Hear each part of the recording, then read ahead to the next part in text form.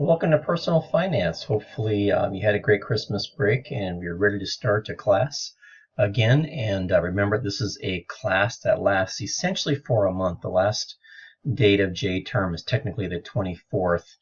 We can go a couple days extra if needed, but technically it's the 24th. So let me just show you around the class. Under course information, there's my email right there. Feel free to email me if you have any questions at all. And then under coursework is where all the assignments are. Now this is really just kind of a placeholder because all of the assignments are actually done in something called MindTap, and I'll show you a little bit about MindTap in a little bit. For every chapter of the book, there's essentially 3 assignments. There's what they call a branching problem, engagement activity, and the homework. The branching problem is answering just kind of a series of questions, and as you choose one, depending on how you answer each question, it chooses you into a different branch. That's why they call it a branching problem. And it's really not that they're right or wrong. It's just kind of helping you guide you through some scenarios about your own personal financial situation or a hypothetical one. The engagement activities are pretty low-hanging fruit too. They're fairly easy to do. It's more just asking a few questions, more kind of opinion-based for the most part. And the actual homework is right here. And so under the homework then is where that's probably what takes you the most time to accomplish is those. So for every chapter, you basically just have 3 things. There are no quizzes, there are no tests.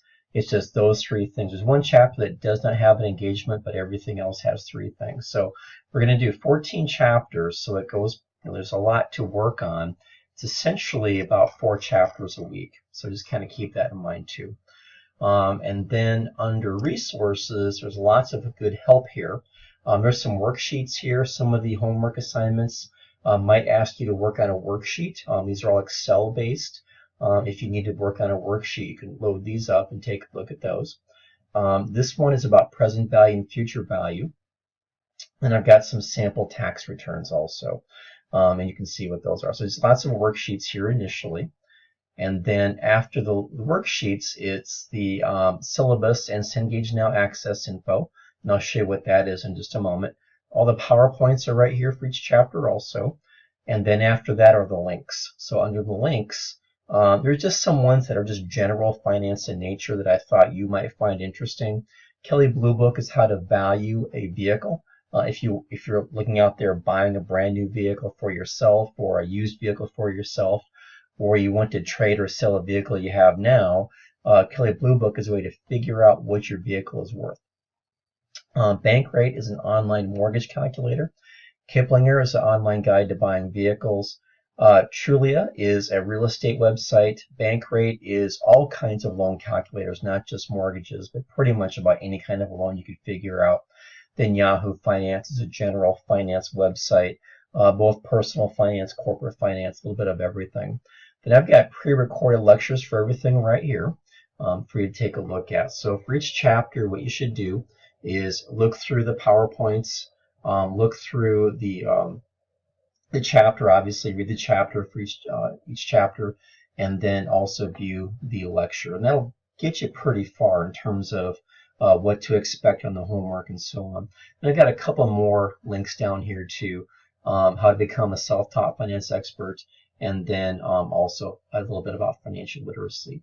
So just in terms of studying again, just think of read the chapter, review the PowerPoint, review the lectures. Those 3 things will go pretty far to help you do well in the class.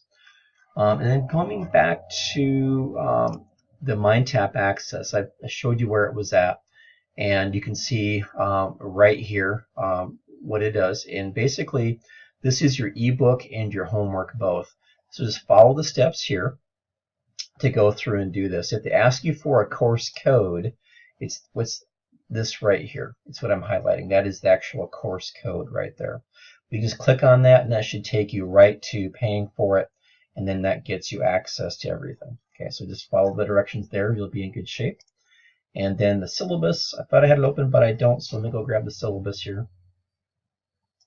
Let's take a look at that here quick. And the syllabus has my contact info on it again. So if you want to get a hold of me, there's my email, there's my cell phone. It's okay to text. I'm in Cleveland 108. I'll be around in January, so if you want to try to find me or email me or text me, call me, whatever you need to do to get a hold of me, you're very welcome to do so at any time. And then the objectives are all right here. This is our book, and again, the ebook is probably the easiest way to go. You don't have to buy the physical book if you don't want to. You can maybe rent it, but if you're okay using the ebook, that's very okay with me. Basically, all the expectations and stuff like that's right here, so you can take a look at that on your own. And then in terms of the schedule, it's right here. So I've made Sundays at about 11:59 p.m. be the due date every week.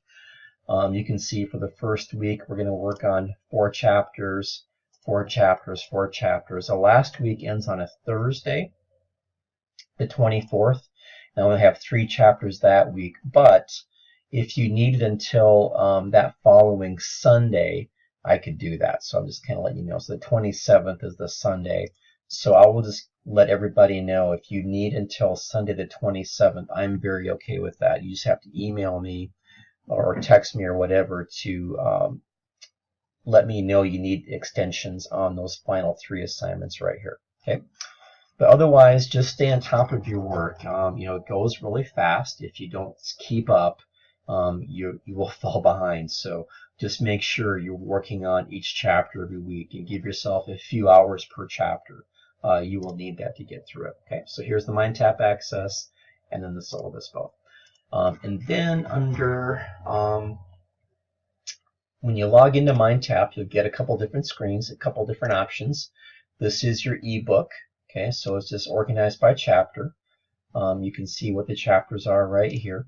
So go through and make sure you take a look at each chapter, what's going on there. And then when you get into MindTap, it'll look a lot like this.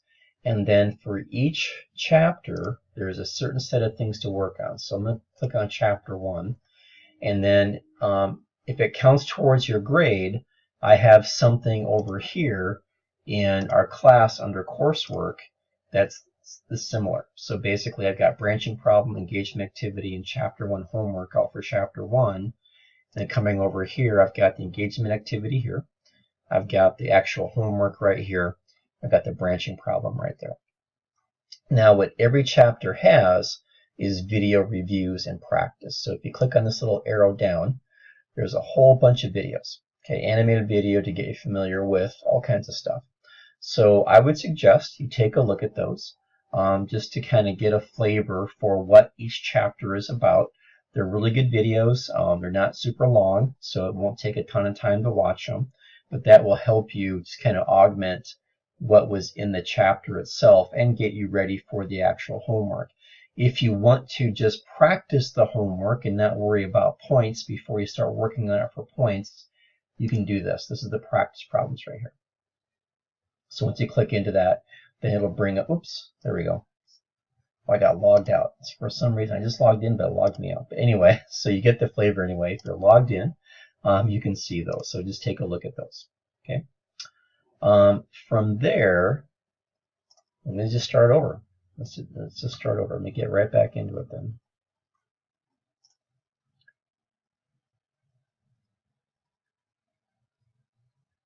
I don't know why it logged me out because I was just logged in. So go back to here again. Let's see if we can do it again. We'll try the practice again.